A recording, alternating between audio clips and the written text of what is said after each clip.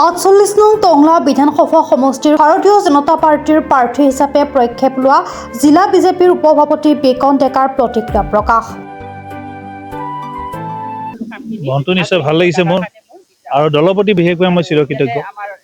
দলে মানে যিখিনি মোৰ ওপৰত বিশ্বাস ৰাখি মোক আগবঢ়াই দিছে, এই ক্ষেত্ৰত মই ভাৰতবৰ্ষৰ স্বনামধন্য প্ৰধানমন্ত্ৰী নৰেন্দ্ৰ মোদীদেৱ, অসমৰ সৰ্বকালৰ সৰ্বশ্ৰেষ্ঠ মুখ্যমন্ত্ৰী হিমন্ত বিশ্ব শৰ্মাদেৱ আৰু আমাৰ বিজেপি অসম প্ৰদেশৰ সন্মানীয় সভাপতি দিলীপ শইকীয়াদেৱলৈ মই অশেষ ধন্যবাদ তথা কৃতজ্ঞতা জ্ঞাপন কৰিছোঁ।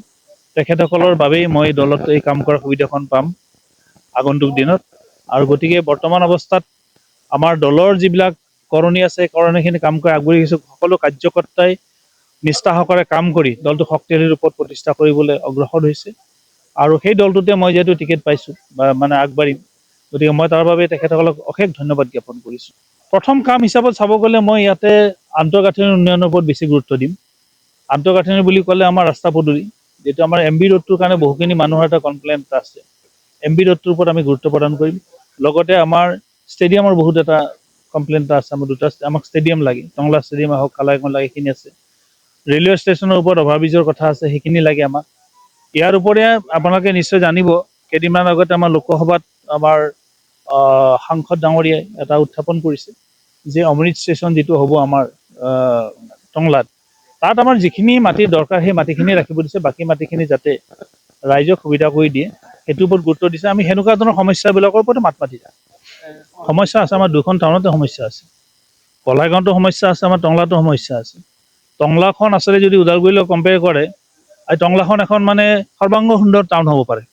ওদালগুৰিখন যেনেকৈ অলপ সুন্দৰ হৈ উঠিলে, ডিমাকুছিখন বহুত ডেভেলপ হৈ গ'ল, কিন্তু বহু কাৰণত আমাৰ টংলাখন ডেভেলপ নহ'ল মানে।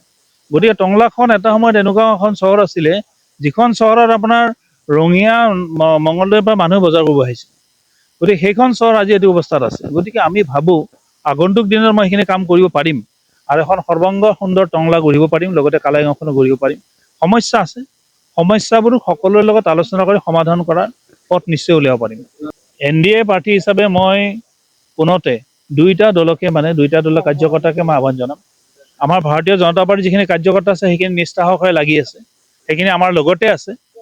কিন্তু যিহেতু BPF দলটো এটা বেলেগ হেৰিৰ দ্বাৰা পৰিচালিত সমিতিৰ দ্বাৰা, গতিকে BPF দলেও নিশ্চয় আগবাঢ়ি আহিব তেখেতসকলে, আৰু তেখেতসকলে যিটো NDA হিচাপত আছে, গতিকে আমাক সহযোগ আগবঢ়াব তেখেতসকলে সকলোৱে।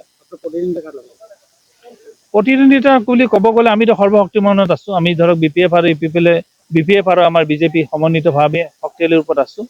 আৰু UPPLৰ ৰাজনীতি ধৰক এটা আঞ্চলিক দল হিচাপে তেখেতসকলক মই অৱজ্ঞা নকৰোঁ, তেখেতে নিজে শক্তিৰে যুঁজিব, কিন্তু আমি শক্তিমন্ত বুলি আমি ভাবোঁ। অনুভৱ আমাৰ সুখী হৈছোঁ। আমাৰ টংলাৰে স্থায়ী বাসিন্দা দিছে মাননীয় হিমন্ত বিশ্ব শৰ্মা ছাৰক ধন্যবাদ দিছোঁ যে আমি ৰাইজে অতি সহজে আমাৰ ছাৰক লগ পাব, আমাৰ প্ৰাৰ্থীটোক লগ পাব, সকলোখিনি অভাৱ অভিযোগ সকলোখিনি পূৰ্ণ কৰিব বুলি মোৰ আশাবাদী। আৰু মোৰ ৰাইজে সহযোগ কৰিব আমাক যে আমি আমাৰ প্ৰাৰ্থীটোক আমি বিপুল ভোটত জিকাই নিব পাৰিম।